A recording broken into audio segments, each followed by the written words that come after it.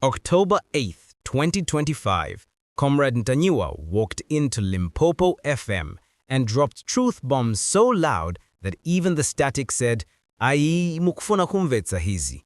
Now, whether you call him a fearless patriot or a microphone menace, one thing's sure, his appearance turned an ordinary broadcast into national drama. Phones rang non-stop, politicians coughed mid-coffee, and social media, hish, it nearly melted. Tonight, we unpack the heat. 8 explosive facts, each revealing another layer of what really went down on that fateful broadcast. Expect spice, facts, and a few chuckles, because here at Global Pulse News, we don't just report news, we translate chaos into clarity. Fasten your seatbelts, Malawi, because the mic is hot, the tension thicker than sima ya mpunga, and the truth, well, it just grabbed airtime. Let's dive straight into fact 1, but remember, if you blink, you might miss the headline behind the headline. First things first, who exactly is this man lighting up Limpopo FM? Comrade Ntanyiwa is no stranger to the struggle. Activist, organizer, people's mouthpiece, he calls himself a son of soil tired of dust. He's known for confronting power with metaphors that sting. So, when he stepped to the mic that Tuesday, listeners leaned in, thinking, "Nsono aticha nirero." He didn't disappoint. He launched straight into government accountability, calling out projects that exist only on posters. It was less interview, more cross-examination, a verbal courtroom live on FM. But whoa, every volcano starts with a rumble, because what he said next shook the room. If you thought introductions were fiery, wait till you hear fact 2, when Ntanyiwa's words went from opinion to accusation.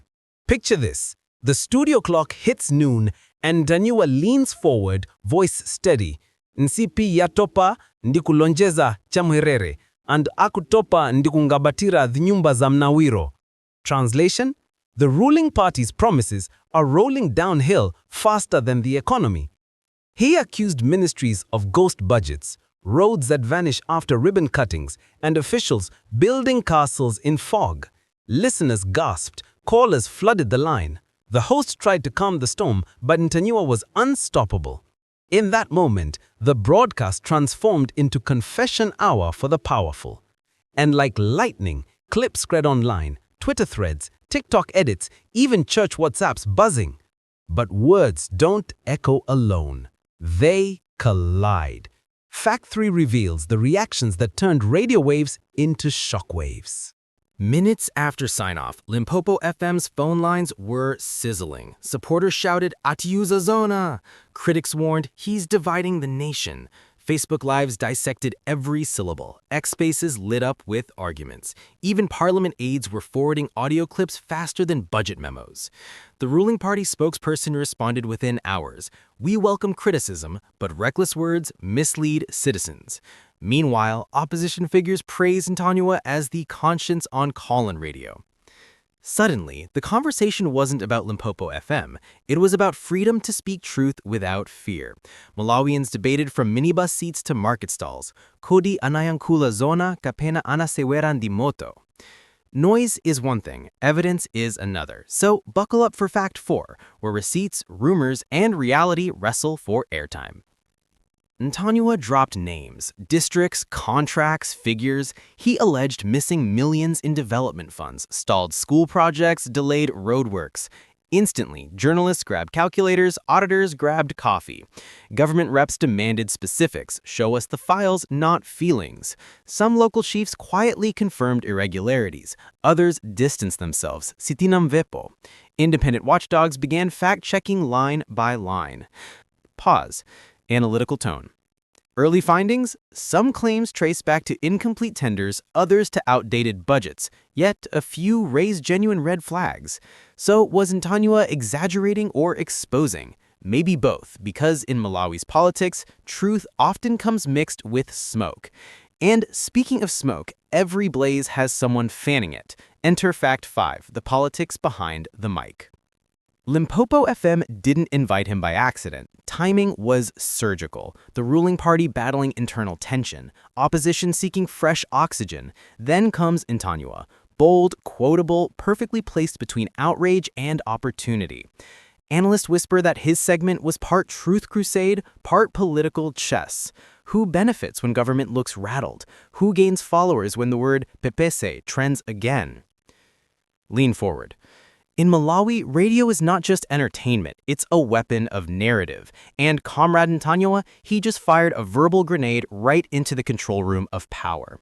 But grenades don't explode without fallout. Let's explore Fact 6, the risks and repercussions chasing this broadcast. You challenge power, you invite pressure. Soon after the interview, whispers surfaced. Investigations, possible defamation suits. Some allies urged him to lay low. Others shouted, "Stand tall." Human rights groups offered solidarity, reminding authorities that dissent is democracy's oxygen. Still, threats online grew ugly. Anonymous texts, fake news smears, edited videos. For every comrade on air, there are dozens who stay silent out of fear. His courage reignited debate on media safety and freedom. But danger alone doesn't define impact. To measure the tremor, we turn to Fact 7, how ordinary Malawians felt the quake. From Senje to Mzuzu, people tuned in and tuned up. Market vendors replayed the clip on cheap radios. Taxi drivers argued between fares. One listener said, "If he can speak, we can too." Social groups held small forums discussing corruption, leadership, accountability. University students made memes, humor as resistance. Even diaspora circles joined virtual panels analyzing the comrade effect. Suddenly, politics felt participatory again. Ntanyiwa became less a man, more a moment. Proof that one voice, amplified, can echo across a nation. And that brings us to our grand finale, Fact 8. What happens next in this unfolding drama? 3 possible scripts await. Scenario 1. Government releases transparent audits, clearing fog, restoring trust. Scenario 2. Ntanyiwa faces legal hurdles, public sympathy rises, cycle repeats. Scenario 3. Both sides retreat, the truth half revealed, citizens left waiting. Again.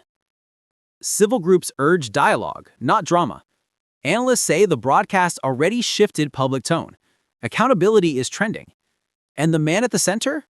He promises more truth-telling, more Nkhanga Zaona. Whichever path unfolds, Malawi has crossed a line, from quiet frustration to loud questioning. And once the nation starts asking, silence becomes impossible. So there you have it. 8 revelations, 1 fearless mic, and a country still buzzing. Comrade Ntanyiwa may have walked out of Limpopo FM, but the echo of his words still ricochets through every conversation about truth, power, and courage. Now it's your turn, Malawi. Tamvelani Ndemanga. Was he reckless or revolutionary? Drop your thoughts below, share this report, and let your voice join the chorus demanding transparency. Subscribe to @GlobalPulse News, where we chase the heartbeat of the nation and tell stories the way Malawi speaks them, loud, real, and unapologetic. Until next time, stay bold, stay curious, and keep the pulse alive.